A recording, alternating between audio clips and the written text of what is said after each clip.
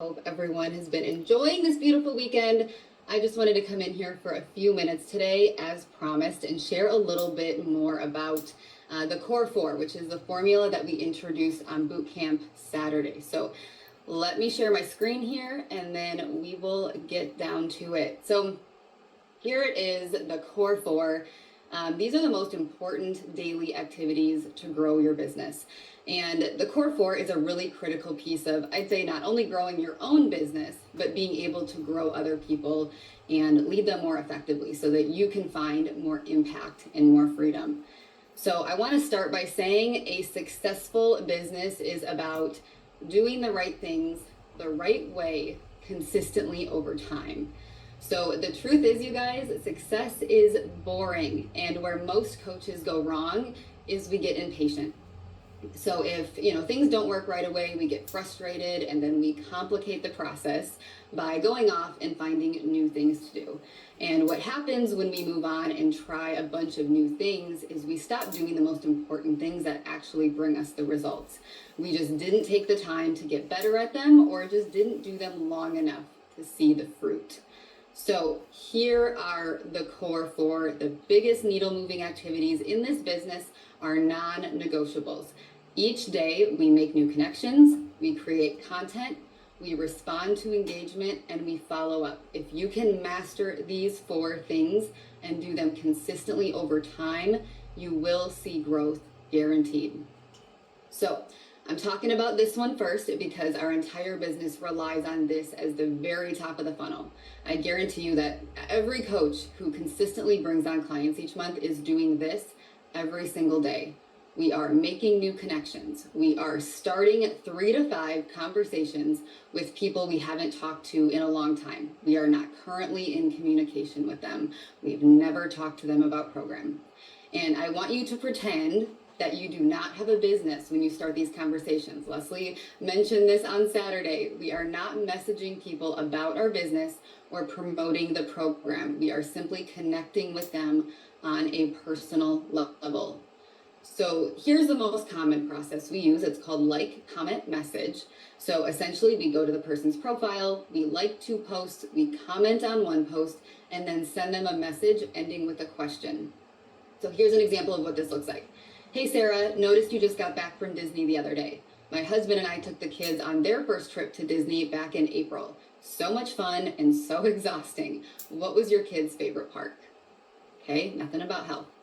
Other ways to start a conversation. This is what was mentioned on Bootcamp Saturday. Leslie put this together so beautifully, and these are just, some more really great ways. I wanted to put this in here so you guys had this too. So gratitude. I'm just going to use some of her examples. Hey Carol, thank you for being a woman who provided a welcome and safe space for me in my childhood. I keep thinking about you, and I just wanted you to know I'm so thankful for you. How are the grandkids doing? Give me an update. Compliment. Hey girl, I saw your new haircut. Oh my gosh, it looks so good. Who is doing it? Common ground. Hey, I loved meeting you at the meet and greet at school. It's so fun that our kids are in kindergarten together. What is she most excited about this year? Anything she's kind of nervous about? Current event. Hey, school has started up. How are you feeling about it? Do you feel free? What are you doing with all this extra time?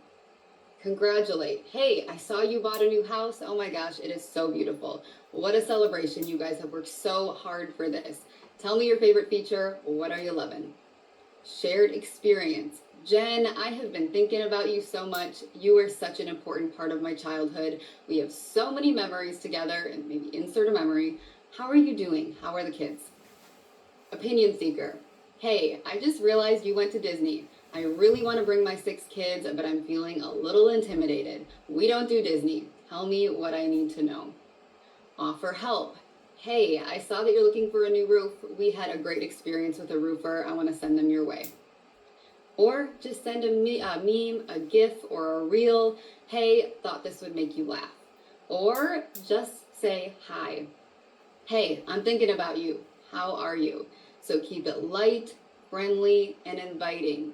So just wanted to give a lot of examples on how we can make those new connections and how we can start conversations. So next step is create content.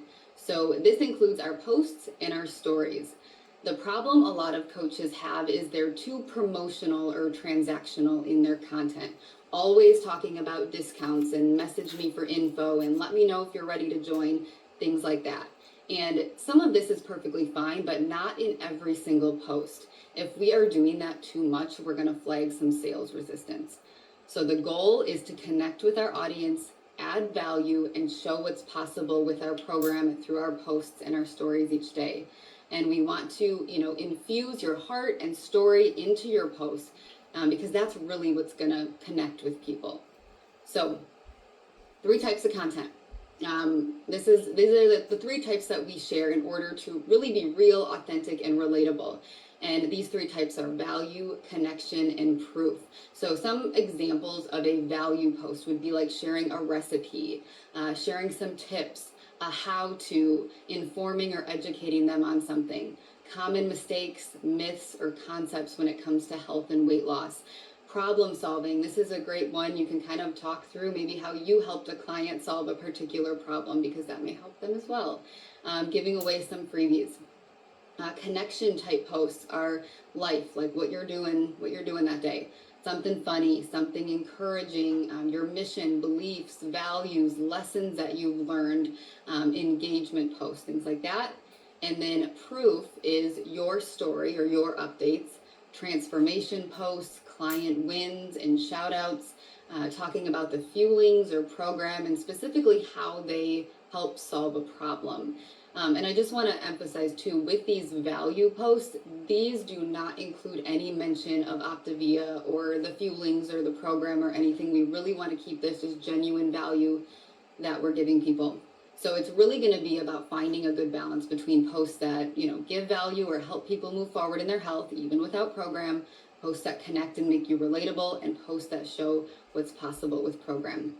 So a couple tips to amplify your results. Now, this may not be something you're ready to do if you're a brand new coach, but if you've been around and you kind of want to, amp things up and get some more momentum, posting multiple times a day, it's exploded things. So, and it just allows people to have a better chance that they're going to see what you're posting. So posting 3 to 4 times a day, not all about health. Transformations every single day. Your transformation at least once a week. So your before and after, just mix and match some before and after pictures. And then a couple transformations, including your own in your stories each day as well. So just a couple things that we found has really amplified results. So next activity in our core 4 is respond to engagement or work your posts. So engagement just refers to the likes, the loves, and comments that you get on your content. This reveals the people who are enjoying your content and supporting you. So we really want to take it a step further and interact with those people. Okay, so this is going to be liking and loving all the comments, replying to all the comments. I always have, Dan and Megan in my head that says, they say no comment left behind. So we want to make sure we interact with those people right there on the post, and then message the likes and comments and reciprocate the likes. This is just going to their page and liking a recent post of theirs. So all things that we can do to respond to engagement. Now, getting into this a little bit more with messaging the likes and the comments. This is where the gold is here. So if it is a non-health related post, messaging the likes might just be the same way that you do with your 100s list that we talked about earlier. So like the like, comment, message process, okay? Messaging comments, you just want to continue the conversation in Messenger. So I'm going to give a few examples here. So let's say that they commented on a post about your child's birthday. You could just send them a message saying, hey, Sarah, thanks so much for taking the time to wish my son a happy birthday. I showed him the comments and he was so happy to see all the love. I appreciate you. How's the family doing? Are the kiddos ready for the new school year?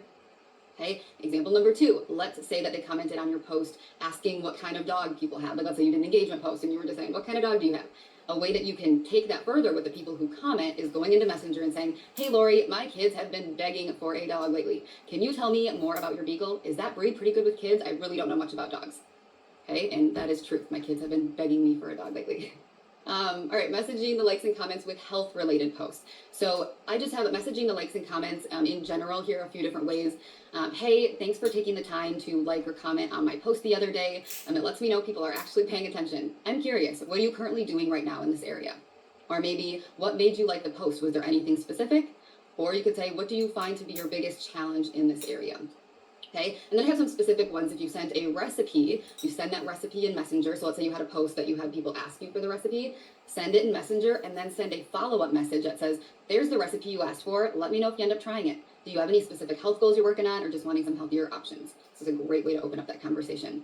And let's say it was a transformation post that they liked or commented on. We can go into Messenger and say, hey, Carrie, just wanted to say thank you for the love on my before and after post the other day. I still feel amazing 4 years later. Really appreciate the support. Are you on a health journey of your own? It is not weird. They interacted with your transformation post or with your health post. So we want to further that conversation and make that connection in Messenger. All right. Lastly, we have follow-up. So reaching back out to the people we've talked to about health or those we've had health assessments with. 80% of sales are made between the 5th and the 12th follow-up. Following up does not make you salesy or spammy. It shows that you care. We just got to do it the right way. So we have two types of follow-up: direct follow-up, which is specifically about health, it's health or program related, and then indirect follow-up, which is not health or program related. So with direct follow-up, some things that you want to do is personalize your message. So refer to previous conversations and tailor your message to their specific needs. If they said they were going to go, try a different program, check in on their progress, just see how they're doing. Also, it is really great to provide value. So share something useful, like a helpful article, a free resource, or even a post of yours if you gave some tips. But again, no mention of program. We're just showing that we want to help people move forward in their health. And then also, instead of saying like, just wanted to check back in with you or just wanted to circle back around, try saying, hey, so-and-so, I was thinking about, and then insert the problem that they shared, and I thought I could offer some help. Can I send you something? So that's kind of how you can lead into providing someone with additional value so they can move forward. And then indirect follow-up, like I said, it's not health or program related. These are just touch points, like engaging with them on social media or if you see them in person and starting general relationship building conversations. So you kind of want to do kind of a balance of indirect and direct follow-up. You don't want the whole messenger thread to just be about health. We want to be able to throw things in there that aren't health related. So, and I wanted to say this too, what about the ghosters? We all have them. So let's say someone reached out and then you asked them a question and then moved it forward and tried to, invited them to a call, but they didn't respond back to you. So something I like to do is just meet them where they're at and seeing if we can kind of connect in another way. So I might say, hey, so-and-so, sorry we didn't have a chance to connect. I know it can be hard with busy schedules. Would it be easier to start with an online assessment? So just give them a different way to get started if they did not respond and commit to a call. Let's say they do fill out your online assessment. If you don't have an online assessment, don't worry about it. Talk to your mentorship about that. I'm sure they have one. But I always start with the call. That's always the first line of defense. But again, it's just being able to meet people where they're at. So let's say they do fill out the online assessment, and then you kind of follow up with them and invite to a call again to talk about, more about the program and what plan fits them best, but they don't respond. So then I might say, hey, would it be easier if I sent you a short video that explains the basics of how the program works? And if they say yes, then send a program overview video. There might be all different ones floating around. Or what I like to do is just put my phone in front of my face and record a video of myself explaining how the program works, just a brief, overview of the 4 components. Now, if you're doing the video yourself, make sure you stop after sharing the 4 components and ask a question so you can really still have that back and forth communication. So I like to stop after the 4 components and ask, okay, so tell me, how are you feeling about the ease of that working for you to get to your goal?